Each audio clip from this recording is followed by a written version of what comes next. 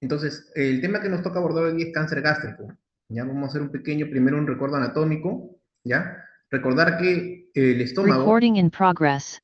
que el estómago tiene diferentes partes, ¿no? El fondo, el cuerpo con su curvatura menor y mayor, la incisura angular, que es básicamente la unión entre el antro y el cuerpo, y el antro pilórico, proseguido del píloro, ¿ya? Obviamente también el estómago tiene partes, ¿ya? Como son la mucosa, submucosa, muscular externa y serosa, y de acuerdo al grado de invasión, pues también viene la clasificación de un cáncer gástrico cuando se haga después, ¿ya? Pero básicamente es un breve recuerdo anatómico del cáncer gástrico. Ahora, definir, ¿no? El cáncer gástrico, pues obviamente es la proliferación, ¿no? De células cancerígenas, para la redundancia, y puede ser del tipo adenocarcinoma, que es el más común, ¿ya? Casi el 95% corresponde a adenocarcinoma, linfoma, el tumor Guigui y los carcinoides. Es más frecuente en hombres, ¿ya? Es una causa frecuente de mortalidad, sobre todo en Asia, ¿no? Y América del Sur, ¿ya? Muchos habrán oído, ¿no? En Japón, en China tienen mucho más incidencia de cáncer gástrico y por eso las personas ahí se hacen sus detecciones desde mucho más temprano que nosotros, ¿ya? Y Europa Central. Si el diagnóstico se hace pues en estadio avanzado, pues avanzado local o metastásico es de mal pronóstico, ¿no? A la derecha pueden ver dos imágenes, ¿no? De lesiones proliferativas, ¿no? Ya veremos luego la clasificación, pero hay un Borman 1 arriba, ¿ya? Y un Borman 2 abajo, ¿ya? Ok, este es para ver que este ocupa, ¿ya? El tercer puesto, ¿ya? Este cáncer, ya con una mayor preponderancia en varones que en mujeres, ¿no? Por 100.000 habitantes. La incidencia aumenta en pacientes mayores de 60 años, ¿ya? Sin embargo, hay que recordar que actualmente, si bien no hay una guía estandarizada, ¿ya? En América Latina o en Perú, mejor dicho, se recomienda que a partir de los 40 años, máximo 45, si hay síntomas dispépticos, el paciente se haga ya una endoscopía. ¿Ya? Lo que antes era más, ¿no? Se decía 50, 55, no, ahora se está bajando a 40 porque está aumentando también la incidencia de cáncer gástrico. Eh, en el mundo, el adenocarcinoma gástrico es la segunda causa de muerte, pero en ambos sexos, ¿ya? Si se tiene en cuenta ambos sexos, ¿ya? Luego del cáncer de pulmón, que es más frecuente que el adenosea. En el Perú, el adenocarcinoma gástrico es la primera causa de muerte por cáncer en ambos sexos, en Lima, ¿no? Esto que sí es muy importante, chicos, ¿ya? Entonces, ¿cuál es la historia natural de la formación de un adenocarcinoma? Ojo, este es para adenocarcinoma, ¿ya? El epitelio está normal, ¿ya? Por una noxa o obviamente, por también chance genética, ¿ya? Va a empezar a inflamarse, una gastritis crónica activa, lo cual eventualmente lleva a una atrofia, luego una metaplasia, luego una displasia de bajo grado, alto grado y finalmente un adenocarcinoma. ¿Ya? Esto es lo que se conoce como la progresión de Correa, ¿no? Y acá la podemos ver también mejor, más bonito, ¿ya? Con las imágenes patológicas, ¿no? En pocas palabras, ¿ya? El helicobacter, que es la principal causa de esto, ¿ya? Causa que la gastritis crónica, que al fin incide no atrófica, se vuelva atrófica, luego evoluciona a metaplasia, la cual puede ser completa o incompleta, siendo la incompleta la más temida, ¿ya? Luego evolucionará a displasia de bajo o alto grado y finalmente un carcinoma in situ y luego un cáncer, pues, localmente avanzado o metastásico, ¿ya? Entonces, por favor, no olvidar esto. ¿Y por qué dice ahí punto de no retorno, no? Un point of no return? Es porque tradicionalmente la metaplasia intestinal, si se encuentra, hay que informar a nuestros pacientes que eso no se va a revertir, ¿ya? La metaplasia intestinal tradicionalmente se dice que no revierte. La atrofia incluso se puede revertir matando el helicobacter, teniendo mejor dieta, dando su tratamiento, etcétera, puede revertir, pero la metaplasia no. Aunque en la práctica hay uno que otro caso, sobre todo de metaplasias muy leves, que podrían revertir en los controles posteriores. Ahora, ya hablamos del Helicobacter, ¿no? Un factor de riesgo para esta progresión, pero no es el único, ¿ya? Si bien el Helicobacter pylori otorga el 6% de riesgo para cáncer gástrico, no solamente es este, ¿ya? También existe el tabaquismo, ¿ya? Que incrementa el riesgo en 1.5, como ya dijimos, la gastritis crónica atrófica por otras causas, ¿ya? Ya que también existe las gastropatías autoinmunes, por ejemplo, que también causan atrofia y más riesgo de cáncer de estómago. La metaplasia intestinal, la displasia, que por sí mismo también son factores de riesgo para cáncer gástrico. un pólipo grande, más de 2 centímetros, el hecho de haber tenido una cirugía gástrica, antes, por ejemplo, se decían las Bilroth, incluso para las úlceras, ¿no? ¿Ya? Entonces, hay más riesgo en ese tejido cicatricial que a la larga se forma. Factores genéticos, si tu papá, tu mamá, tu hermano, hijos tienen en primer grado, pues tienen más riesgo, ¿ya? Y debería de ser tu endoscopía control más pronto, ¿ya? En la práctica nosotros cada 2 o 3 años en un paciente que ha tenido ya un familiar en primer grado con cáncer gástrico le hacemos una endoscopía de control. Si hay poliposis, anematosa familiar, y en otros, ya, los alimentos ahumados, los embutidos, ya, también influyen, ya. De hecho, los ahumados y los embutidos son de las dos cosas que prohibimos a los pacientes cuando ya se le detecta metaplasia, ya, o atrofia, porque se ha visto que pueden incrementar el riesgo de que esto desarrolle más. Entonces, hay una clasificación también, ya, que probablemente muchos ya la han visto, ya, en sus textos, en la práctica, que es la de Borman, ¿no? ¿Ya? Básicamente es una clasificación para lesiones avanzadas grandes, ¿no? ¿Ya? El Borman 1 es el que ven en el esquema y en la foto abajo endoscópica, que es una lesión polipoidea grande, ¿no? ¿Ya? El tamaño no se especifica, pero obviamente es una lesión proliferativa. El Borman 2 una lesión ulcerada, el Borman 3 un ulcerado infiltrante. La diferencia es que el Borman 2, si ven sus bordes, ya los bordes son relativamente, de comillas, uniformes, ¿no? Como una copa de vino. Pero en el Borman 3, estos bordes no son tan uniformes porque ya está empezando a infiltrar en los lados. Y el Borman 4 es una infiltración difusa del estómago llamado limititis plástica. Ok, entonces, el, El- la otra clasificación, pero esto es para lesiones superficiales, ¿ya? Pólipos, por ejemplo, porque obviamente muchos de estas lesiones adenomatosas cancerígenas pues, empiezan como pólipos, ¿ya? Entonces, pueden ser ya sea protruidas, que llamamos 1P si tienen pedículo, 1SP si son subpediculadas, y si son sésiles si no tienen pedículo, 1S. Si son planas, elevadas, 0,2A, 0,2, 0A, 0,2A más C y 0,2A más 1S. Y si son totalmente planas, ya, que básicamente son las 0,2B, o si hay algo de presión, 0,2C o 0,3 y es excavado. Entonces, ¿esto para qué nos sirve? Para aquellas lesiones que nosotros vemos en la endoscopía y queremos ponerle un nombre propio, ¿no? ¿Ya? Así como y se hace con el Borman, cuando lo vemos así, también los endoscopistas le ponemos un nombre a este tipo de lesiones, ¿no? ¿Por qué? Porque nos define mucho cómo de ahí podemos extraer ese tipo de lesiones, ¿ya?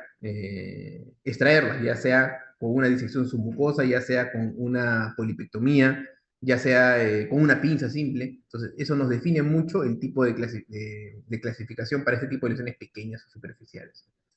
Hay otra clasificación, que es la clasificación histológica, la de Lauren, básicamente es lo que deben haber visto más de una vez, ¿no? Células sin anillo de sello, que es lo que ven a la derecha, anillo de sello, que se da en cáncer difuso, ¿no? Gástrico. Ahora, hay una clasificación, ¿ya? Como mis grupos me han preguntado también el tema del cáncer gástrico temprano y el cáncer gástrico avanzado. ¿Por qué es importante, ya, saber esto de acá? ¿Ya? Y ahí pueden ver el esquema a la derecha, ¿ya? De un cáncer que ha pasado a la submucosa, que está intramucoso aún, ¿ya? Y es un cáncer gástrico temprano, ¿ya? Es un cáncer gástrico temprano, es decir, que llega hasta la submucosa, ¿ya? Y pudiera afectar algunos ganglios linfáticos regionales. Sin embargo, cuando ya atravesó hasta la muscular, ya, o la atraviesa, ya ese es un cáncer gástrico ya más avanzado. Hasta la submucosa aún es temprano. ¿Y por qué es importante esta clasificación? Es importante porque los cánceres gástricos tempranos, ya, salvo que demuestren signos de invasión mayor, ya, o una ecoendoscopía que te revela que está infiltrando más allá de la muscular, pueden ser tributarios de sacar vía endoscópica, ¿ya? Repito, los cánceres gástricos tempranos, ¿ya? Salvo que demuestren algún tipo de infiltración más adentro, ya sea por ecoendoscopía o por algunos criterios que tenemos para esto, ¿ya? No se van a poder sacar vía endoscópica, por técnicas como mucosectomía o disección endoscópica submucosa. Bueno, eso es en base a clasificación, ¿no?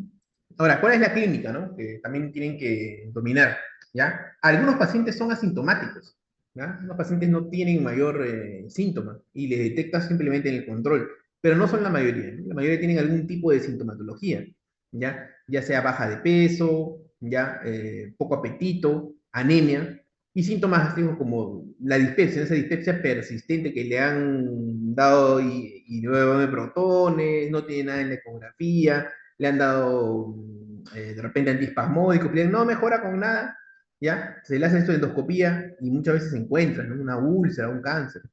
Entonces, es muy importante, estos pacientes tienen, estas mujeres tienen la saciedad precoz, ¿ya? Que comen, ¿ya? Y recuerden que el estómago es una bolsa, si le estás poniendo a la bolsa una piedra ahí de un tumor, entonces es una bolsa que si ya está ocupada, entonces el paciente se llena más rápido. Vómitos, porque obviamente ya ese estómago no abarca más y lo vomitas, una masa palpable, que muchas veces se puede ahí, como una oliva de uva se puede palpar, ¿ya? Disfagia, cuando este cáncer gástrico ha invadido también, ¿no? La región cardial o esofágica puede dar disfagia. Sangrado digestivo, muchas veces hay personas que vienen y debutan así, ¿ah? Debutan con deposiciones negras, ¿ya? Y se asustan, vienen a la emergencia y encontramos un cáncer, sobre todo en pacientes mayorcitos, ¿ya? Síndrome pilórico, que es cuando obstruye, obviamente, el canal pilórico, que viene con vómitos, distensión y perforación tumoral, ¿no? Es un poquito más raro, pero también se puede dar. Recuerden que el tejido infiltrativo es más friable y el paciente podría perforarse. Este es bastante más raro. Ahora, el diagnóstico, acá no hay otra respuesta, ¿no? La endoscopía es el método de elección, ¿no? ¿Ya? Si bien ustedes van a leer que en algunos, por ejemplo, Japón, por ejemplo, en un tiempo hizo un programa de tamizaje, ¿no? Tamizaje con fluoroscopía, ¿no? Que básicamente es la placa, ¿no? La placa varitada, ¿ya?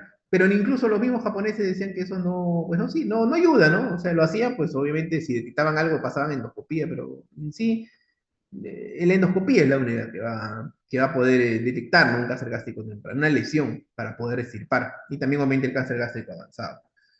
Entonces, idealmente hay que hacer, si se detecta un cáncer, ya miren allá a la derecha, por ejemplo, cómo se ve tenuemente, pero cuando le ponemos una cromoendoscopía manual, ya, o tradicional con índigo carmín, mire cómo delimita bien la lesión y se ven las irregularidades, ¿no? Entonces, la idea es, y no solamente para este cáncer, sino para otros cánceres, colon, del tubo digestivo, ya, el esófago, tomar al menos 6 biopsias, ¿no? ¿Ya? ¿Por qué? ¿Ya? Porque a veces si tomas una o dos, ¿ya? Puede que justo hayas tomado un área que no está totalmente comprometida, ¿ya? O que sale con inflamación, sale coágulos, entonces te aseguras tomando más porque de la muestra que tú tomes se va a definir obviamente el diagnóstico y el plan de trabajo del paciente. Entonces se debe tomar una cantidad respetable de muestras, ¿no? Estas lesiones pueden sangrar, ¿ah? ¿No? Ser sangrantes, entonces también hay que ser juiciosos con la cantidad de muestras que se toma, pero también no deben ser muy pocas. Ahora, una vez que tenemos el diagnóstico, ¿no? ¿Ya? Tenemos el diagnóstico, el objetivo es establecer la extensión de la enfermedad para dar un tratamiento adecuado. Obviamente, una vez que ustedes detecten esta lesión cancerígena por una endoscopía o les llegue el paciente a ustedes, miren, doctor, me han encontrado esto de acá inmediatamente, ¿no? Su tomografía de tórax, abdomen, pelvis con contraste, para ver si esa lesión se ha diseminado a distancia, para ver si esa lesión tiene metástasis, porque ustedes han escuchado pues, la palabra metástasis, que el tumor se ha ido a la distancia, ya puede estar en el hígado, en el pulmón, entonces esta tomografía nos ayuda para ver eso. El marcador tumoral, el CEA, que también sirve para colon, para páncreas, y en este caso nos sirve más para el seguimiento del paciente, ¿no? Su descenso debería esperarse cuando se reseca el cáncer. Y lo que les mencioné de la ecoendoscopía, que es lo que está allá a la derecha, que básicamente es un método en el cual es como un endoscopio que tiene un ultrasonido, ¿no? ¿Ya? En la puntita, ¿ya? Y al tener ese ultrasonido nos permite ver las capas más profundas y el compromiso, ¿no? O otros órganos como el páncreas, etcétera, que también están cerca y tomar biopsias, ¿ya? Entonces, en este caso la ecoendoscopía nos sirve para ver profundidad, ¿ya? De la lesión. Entonces, acá tienen la clasificación, el TNM, que es obviamente que se da en muchos órganos, que es la misma clasificación, ¿ya? Recordar, ¿no? Que M se refiere a metástasis a distancia, N se refiere a los nódulos, ¿ya?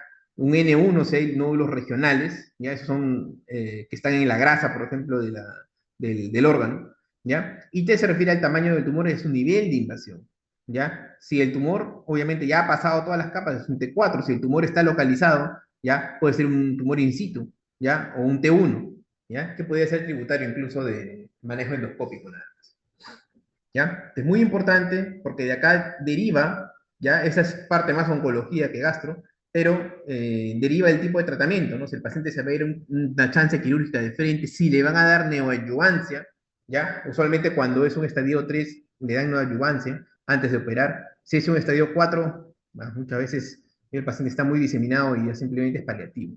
Entonces, esta clasificación define bastante eso. Ahora, en cuanto al tratamiento, ¿ya? Eh, ya mencionamos que el tratamiento puede ser endoscópico, ¿no? ¿Ya? Se puede hacer una mucosectomía o una disección endoscópica submucosa, ¿ya? La mucosectomía es básicamente enlazar la lesión, ¿ya? Como pueden ver en la figura de arriba a la derecha, que con un lacito, ¿no? ¿Ya? O sea, con un lazo, ¿ya? Previamente se ha inyectado una sustancia para elevar la lesión y luego con el lacito se cauteriza y se extirpa la lesión, ¿ya? Es como sacar un pólipo, pero se le denomina mucosectomía. Y la disección submucosa, endoscópica, es un poquito más laboriosa, ¿ya? Porque como ven abajo, ¿ya? Implica marcar el área de la lesión por fuera de la lesión, inyectar una sustancia que lo eleve bastante a esta lesión, hacer una pequeña incisión y luego una disección. ¿Qué diferencia hay? En la incisión solamente cortamos alrededor y en la disección metemos nuestro electrobisturí por debajo de la lesión por la submucosa para cortar, ¿ya? Y para extraer la lesión, ¿ya? Y por último, se adquiere el espécimen ya completo y eso se manda al patólogo para que pueda definir ya si la lesión encontrada se extirpó por completo. ¿Ya?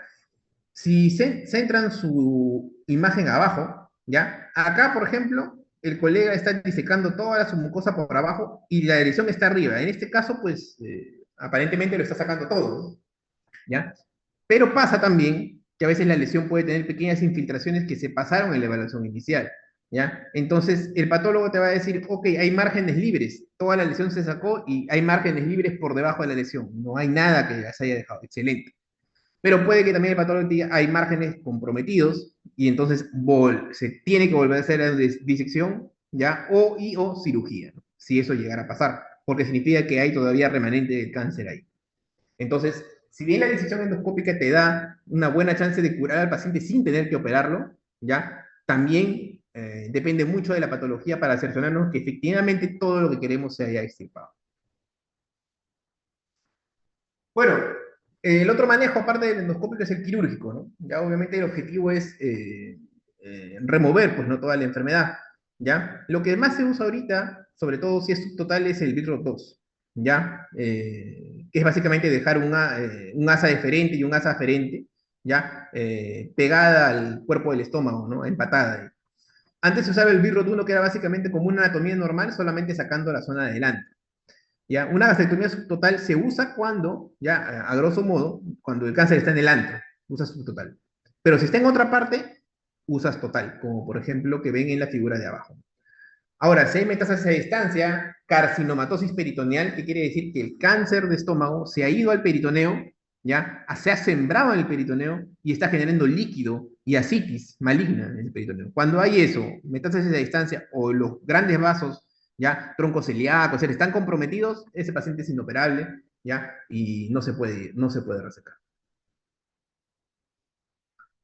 Lo que conversamos hace un ratito, ¿no? Ya existen quimio y radioterapia, ¿no? En los casos, por ejemplo, de estadio 3, se usa quimioterapia neoadyuvante. ¿Ya qué quiere decir? Que se va a dar antes de la cirugía.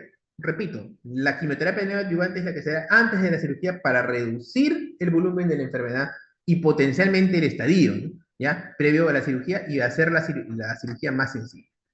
Y la quimioterapia adyuvante es la que se da luego de haber sacado el tumor. Luego de la gastrectomía subtotal o total, se da ya para asegurar la eliminación, pues, ¿no? De la neoplasia. Por último, existe un manejo paliativo, ¿no? Chicos, y eso que también tienen que saber, ¿no? Si bien como médicos quisiéramos que todos los pacientes puedan operarse, saben que a veces un paciente por descuido, ¿ya? O porque no hizo caso a los síntomas, ¿ya? O por un X motivos, ¿ya? O por su día a día no puede hacer su control y ya está avanzado. Y entonces el paciente que no se va a operar ni por endoscopía, no se va a operar ni por cirugía, necesitas alimentarlo, ¿no? El paciente se va a morir, ¿ya? Entonces, idealmente, pues hay que pasar una sondita, ¿no? ¿Ya? Se puede colocar una sonda, ¿ya? Nasoyeyunal, ¿ya? Como pueden ver ahí en la imagen, que va desde la nariz hacia el yeyuno para alimentarlo, ¿ya? O si es que la sonda no puede pasar porque está interrumpida por el cáncer en alguna parte entre el estómago y el esófago o la salida del píloro, ¿ya? Entonces se le pone una sonda de yeyunostomía, como ven abajo, por vía quirúrgica, ¿ya? El cirujano va a hacer su incisión y va a poner la sonda que llegue directo al yeyuno para alimentarlo, ¿ya? Si no, este paciente pues no se va a morir si no lo alimentas, ¿ya? Entonces, no olvidar que estos pacientes, ¿ya? Si bien ya no le vas a ofrecer cirugía, ¿ya? Pues al menos tienes que ofrecerle lo mínimo necesario para que pueda vivir. ¿No? La alimentación es fundamental. Y por último, ¿ya? Estos pacientes, sobre todo los que no has operado, ¿no? Van a seguir sangrando, ¿no? Sangran bastante. Vienen en emergencia porque casualmente hacen melena, hematemesis, ¿ya? Y hay que reponerla.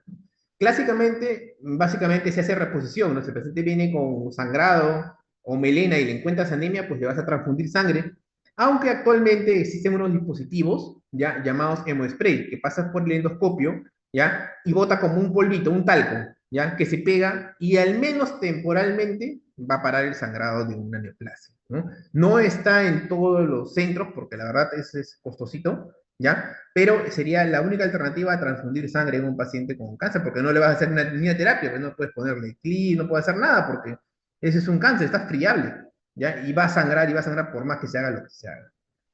Entonces, ese es otro tipo de los manejos aparte nutricional que se hace con estos pacientes, ¿no? La hemostasia en caso tengan sangrado.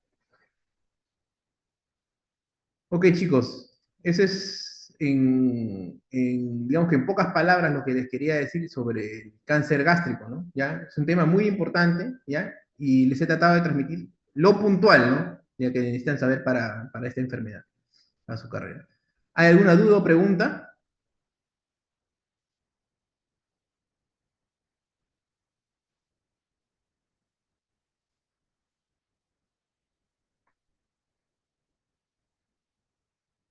¿Alguna duda o pregunta, chicos?